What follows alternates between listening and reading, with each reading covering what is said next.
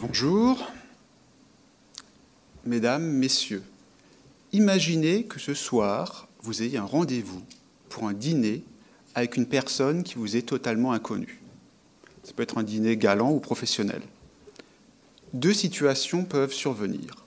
La première, la discussion se passe très bien, le dîner est engageant, et vous pouvez entrevoir une collaboration qui sera dans le futur mutuellement fructueuse. Ou, à l'inverse, la chose peut être très ennuyante, vous allez perdre votre soirée, perdre du temps, pire, gaspiller des ressources et de l'argent. Auriez-vous pu éviter cette situation ? Vous auriez pu faire tout d'abord un premier investissement minime qui aurait pris la forme d'un appel téléphonique, simplement pour avoir un bref échange avec la personne, apprendre à la connaître un peu mieux et savoir s'il est nécessaire d'aller plus loin dans la collaboration et donc de se rencontrer et de faire un investissement plus lourd. La logique qui se cache derrière cette petite histoire, elle est connue, c'est la logique d'option. Ceux d'entre vous qui ont suivi des cours de finance ou qui investissent massivement sur les marchés financiers connaissent bien la notion d'option financière. Une option est un outil qui vous donne le droit, mais pas l'obligation de faire un certain nombre d'actes stratégiques à condition d'avoir fait un tout petit premier investissement initial. Cette logique d'option, vous pouvez l'utiliser au quotidien dans des domaines autres que celui des marchés financiers. Dans ce cas, je parlerai d'options réelles. Une option réelle, c'est bien quand le manager a fait un petit investissement et à partir de cet investissement, il peut prendre un certain nombre de décisions stratégiques au niveau de son entreprise. Ces options fonctionnent sur un raisonnement simple, qui est le raisonnement de flexibilité. C'est-à-dire que vous avez fait des investissements, mais ces investissements sont minimes, vous n'avez pas investi des grandes ressources, vous ne vous êtes pas lié à une technologie, vous n'avez pas investi dans une usine que vous devez à tout prix exploiter, mais vous êtes allé à petits pas, chemin faisant. Alors cette stratégie, cette logique d'option réelle, il en existe de toutes sortes. Je vais revenir sur trois modèles, trois catégories très connues des options. Il s'agit tout d'abord des options d'attendre, de l'option de croissance et de l'option d'abandon, qui est trop souvent non employée. Prenons l'exemple de l'option d'attente, le fameux Act and See. Il s'agit simplement de faire un petit investissement et de voir comment les marchés vont se développer, ce qui va intéresser réellement les consommateurs, avant de faire des investissements plus massifs. Je me permettrai de vous donner un exemple. Prenons le cas simplement des investissements énergétiques dans les gaz de schiste. Est-il aujourd'hui raisonnable de faire des investissements qui peuvent être au détriment de notre environnement, alors que nous pouvons encore accéder à de l'énergie à un prix relativement peu onéreux? La même question s'est posée pour des entreprises. Par exemple, Petrobras, l'entreprise pétrolière brésilienne, a refusé ou n'a pas investi dans son fameux développement Deepwater, simplement parce que les risques environnementaux étaient pour l'instant trop élevés par rapport aux gains qu'on pouvait avoir. On attend. Lorsque les prix des énergies augmenteront, un certain nombre d'investissements deviendront alors utiles, faisables. L'autre catégorie d'options, c'est la catégorie des options de croissance. C'est faire un premier investissement et voir comment réagissent les concurrents, voir ce qui plaît ou ne plaît pas aux consommateurs, avant de faire par la suite un investissement plus massif. Commencer par une petite usine avant d'en construire une grande, commencer par former un ou deux de vos employés avant de faire un plan massif de formation autour d'une nouvelle technologie.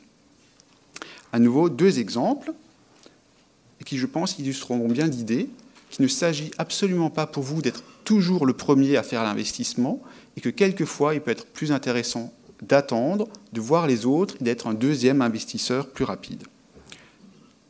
Qui a inventé l'appareil photo 35 mm ? Vous me répondrez certainement Canon, c'est l'entreprise au monde qui a vendu le plus d'appareils 35 mm. Si vous me permettez l'expression, c'est eux qui ont retiré les marrons du feu. Et pourtant, l'inventeur de cet appareil est une entreprise allemande qui s'appelle Leica. À part certains aficionados de la photographie, personne ne connaît. Est-ce que Procter & Gamble a inventé la couche culotte jetable ? La réponse est clairement non, et pourtant c'est le leader mondial de ce domaine. Pourquoi ? Ils ont attendu qu'un design dominant émerge avant d'investir massivement dans leur fabrication. Enfin, troisième catégorie d'options, celle qui est le moins employée, l'option de retrait, celle de désinvestir. Il ne s'agit pas toujours de rester sur un marché coûte que coûte. Quelquefois, il peut être intéressant, si le marché n'est pas rentable, de retirer ses billes. Si Monsieur le Général me permet, je dirais simplement qu'il est quelquefois utile de faire une retraite, penser ses plaies avant de réattaquer le marché. C'est ce qu'a fait par exemple l'entreprise Burger King, qui s'est retirée du marché géographique français il y a un certain nombre d'années, parce qu'il n'était pas rentable, et qui depuis un certain temps revient massivement aujourd'hui avec beaucoup de succès. Quel est l'intérêt de ces outils, de ces options, de ces trois stratégies?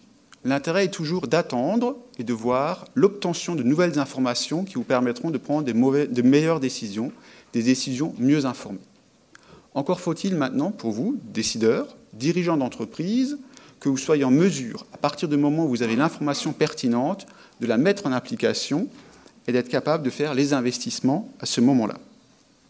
C'est là également que ce type de raisonnement, plutôt des raisonnements comportementalistes, où effectivement la stratégie se fait chemin faisant, donne des résultats bien meilleurs à d'anciens outils financiers comme la valeur actuelle nette. Enfin, on pourrait se poser la question, mais au quotidien, dans la mesure où la stratégie, l'incertitude, vient essentiellement des actes de mes concurrents, dois-je toujours attendre que les autres aient agi et dois-je toujours réagir? La réponse est non. Tel un métronome, tel un chanteur de hip-hop, comme dirait mon collègue Jean-Philippe Denis, vous pouvez donner le rythme. Qu'est-ce qui vous empêche aujourd'hui de vous mettre d'accord avec vos équipes et de dire « nous avons un certain nombre d'options, nous allons les exercer à un intervalle, à une durée que nous avons définie à l'avance ». C'est une excellente manière pour vous de faire des tests, de rendre votre organisation plus flexible et d'avancer chemin faisant.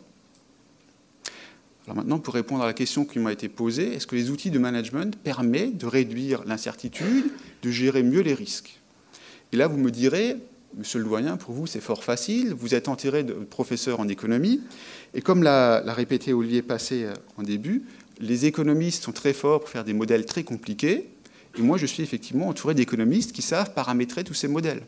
Si vous, en entreprise, vous devez embaucher 2 docteurs en économie pour être capable de paramétrer votre modèle, la chose n'ira pas. Eh bien, je vous rassure, les facultés d'économie et de gestion, à Strasbourg notamment, mais ailleurs aussi, mélangent économie et gestion. Nous sommes donc aujourd'hui capables de transférer l'ensemble de ces modèles économiques en des outils de gestion compréhensibles que vous pouvez utiliser. Et je terminerai là-dessus. L'un des outils que vous devez utiliser et qui peut incorporer ce raisonnement à base d'options, c'est un outil de pilotage connu, ce sont les tableaux de bord. À une distinction près, c'est que les tableaux de bord ne doivent pas se limiter à des indicateurs purement financiers. Posez-vous la question, dans votre entreprise, quand vous voyez un tableau de bord, n'y a-t-il que des indicateurs qui s'expriment en euros, qu'il s'agisse de coûts ou de bénéfices? S'il n'y a que des euros, vous loupez complètement toute forme d'investissement flexible. Il faut absolument que vous changiez vos tableaux de bord, incorporer des notions de durée, des notions de cycle de vie, afin d'être capable de rendre votre organisation flexible. Je vous remercie.